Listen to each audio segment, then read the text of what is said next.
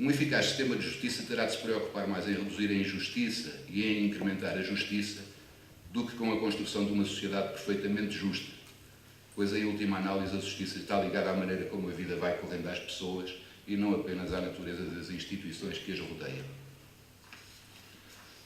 Todas as reformas e mudanças que têm em vista o reforço da justiça exigem a realização de apreciações comparativas e não somente uma imaculada identificação da sociedade ou das instituições ditas justas.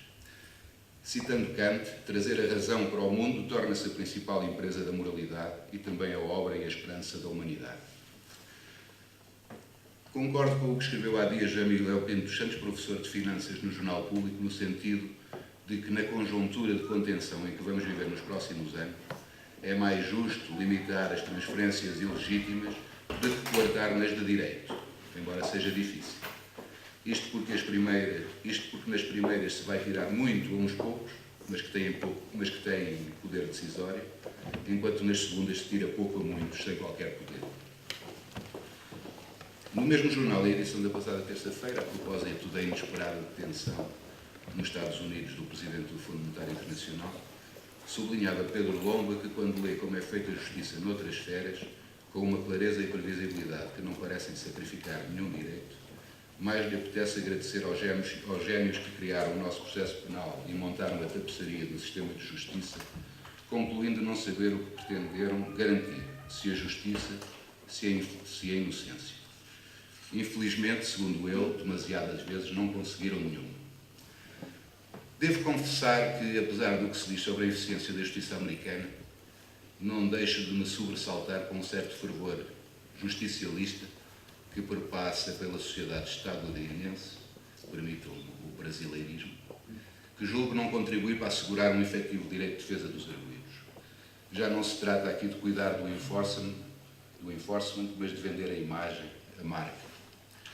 O nosso desafio enquanto profissionais do foro, chavão que tem o mérito de nos abrigar a todos sob o mesmo teto, é o de, com todas as nossas forças, com sentido de responsabilidade e a máxima cooperação e lealdade possível, contribuir para garantir julgamentos equitativos e decisões justas, seja punindo os que prevaricam, seja inocentando os inocentes, incluindo aqueles relativamente aos quais a fragilidade das provas produzidas não consente qualquer censura jurídica. Bem assim, reconhecendo a cada um aquilo que lhe pertence e é seu, ou a que tem direito. O nome que dei a esta minha intervenção foi inspirado na obra de Rob Riemann, que se chama justamente Nobreza de Espírito, um ideal esquecido, que o autor foi buscar ao elitismo guardado na fórmula de Thomas Mann, quando este proclamava: nobreza de espírito é o grande ideal. É a realização da verdadeira liberdade. E não pode haver democracia num mundo livre sem este alicerce moral. Mais do que educação, é um processo de formação espiritual, de construção do caráter, que os alemães designam por Bildung. Segundo Mann, o tempo é o espaço no qual se deve lutar incessantemente pela autorrealização, pelo crescimento para nos tornarmos os indivíduos que devíamos ser. Já para Gotha, todas as leis e regras convencionais, podem ser vistas como remontando a uma única coisa, a verdade. E aniquilar a verdade é nada menos do que privar o indivíduo da sua dignidade. Onde o significado das palavras é destruído pelo fogo, a verdade e a humanidade ardem juntamente com aquelas. Como reconhecerão os que me conhecem, nunca vi os advogados como antagonistas, mas sim como colaboradores essenciais à realização da justiça. Sou do tempo em que nas audiências se tratavam os advogados por Vossa Excelência e por ilustres mandatários, e estes se dirigiam aos juízes com o acessório de mertíssimos ou excelentíssimos. Não confundir com esses excelentíssimos juízes da historieta brasileira. A justiça, como outras atividades exercidas pelos humanos, não pode prescindir dos seus ritualismos, ainda que o pós-modernismo tenda a escarnecer desse tipo de enquadramento. O rito diferencia a seriedade do exercício de determinada função da informalidade das conversas de café. Como escreveu Cunha Rodrigues, hoje prestigiado juiz do Tribunal de Justiça da União Europeia e meu querido amigo, Henrique Penélope, ainda que a extensão e o aprofundamento do conhecimento teórico sejam indispensáveis, pareceria importante que os formadores, e eu acrescentaria, os magistrados e advogados não se limitassem a repetir o que pode ser lido em manuais e procurassem estabelecer uma análise diferencial da law in book e da law in action. É necessário que a legislação se adeque à realidade e resista a qualquer sorte de ativismo iluminado, sendo certo que a sobrecarga de trabalho e o grau de exigência a que foi levada a elaboração das petições, contestações e das alegações recursivas pelos advogados e o dever de fundamentação de facto e de direito por parte dos juízes incitam a uma análise superficial da doutrina e da jurisprudência e, por vezes, a alguma recíproca arrogância intelectual ou mesmo comportamental. Não pode ser esse o caminho. Os profissionais da justiça devem agir com uma elegância de trato a que os anglo-saxónicos chamam gentlemanship. Numa pequena história intitulada Diante da Lei, Franz Kafka conta-nos que um guarda se encontrava a guardar o portão da lei quando um campónio se aproximou e lhe pediu para entrar na lei.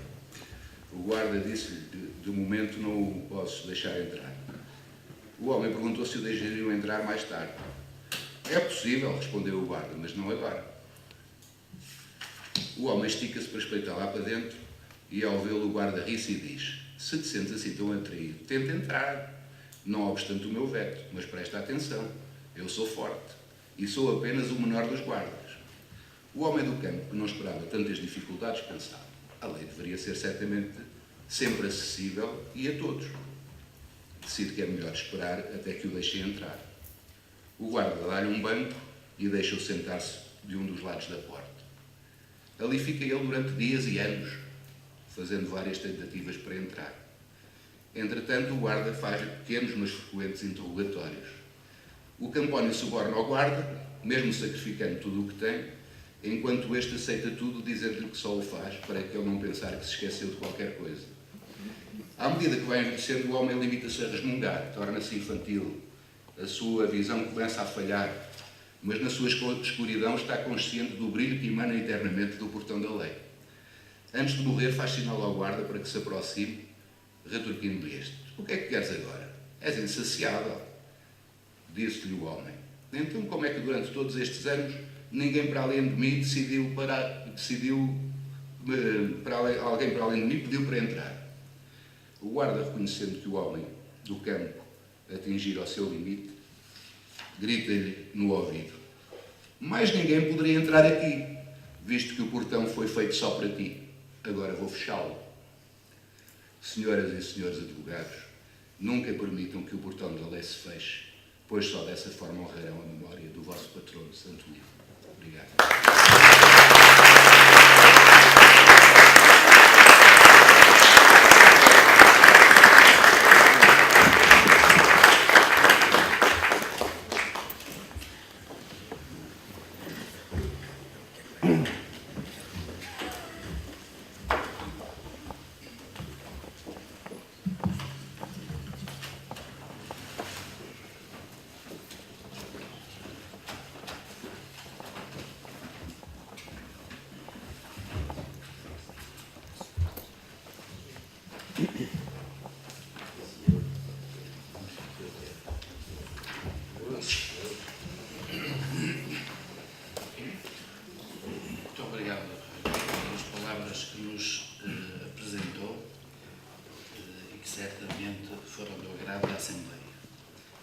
Chegou agora a altura do momento cultural previsto no nosso programa.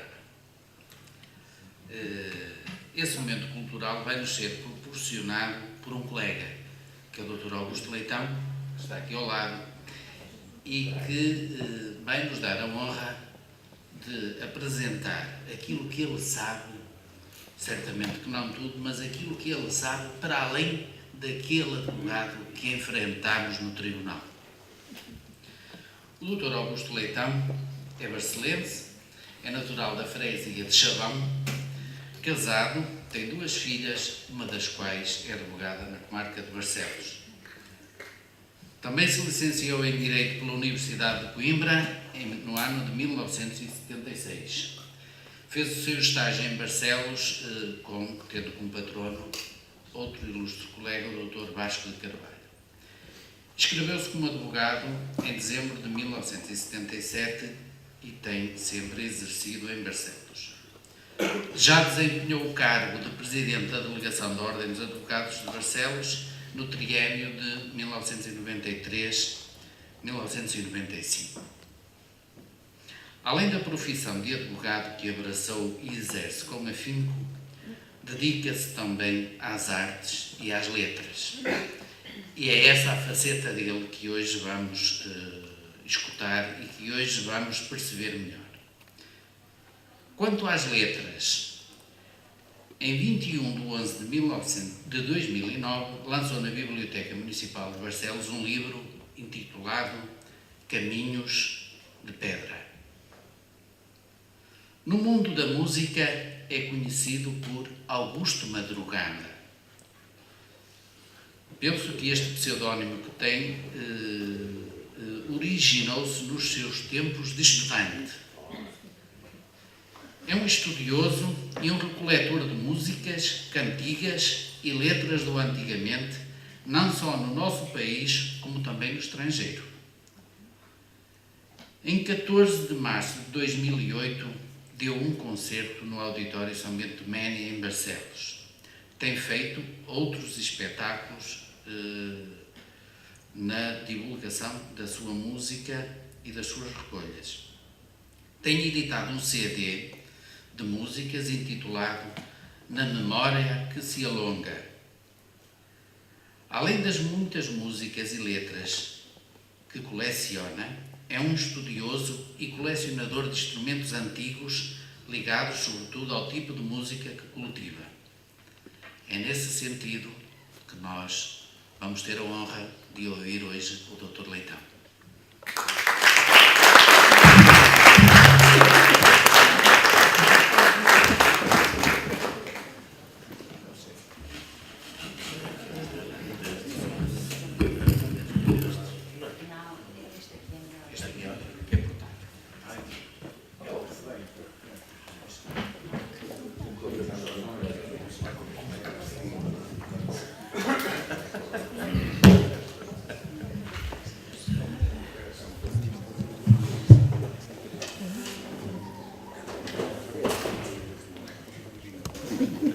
Em relação à música, eu queria só dizer que este bichinho já vem dos tempos de...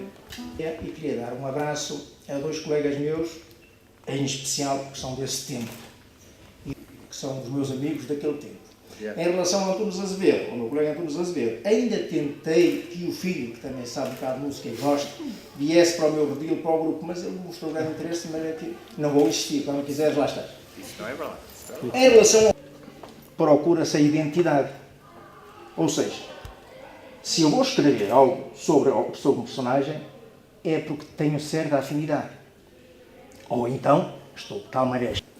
Em relação ao Dr. Francisco Marques, que mal deram a idade, tem uma vantagem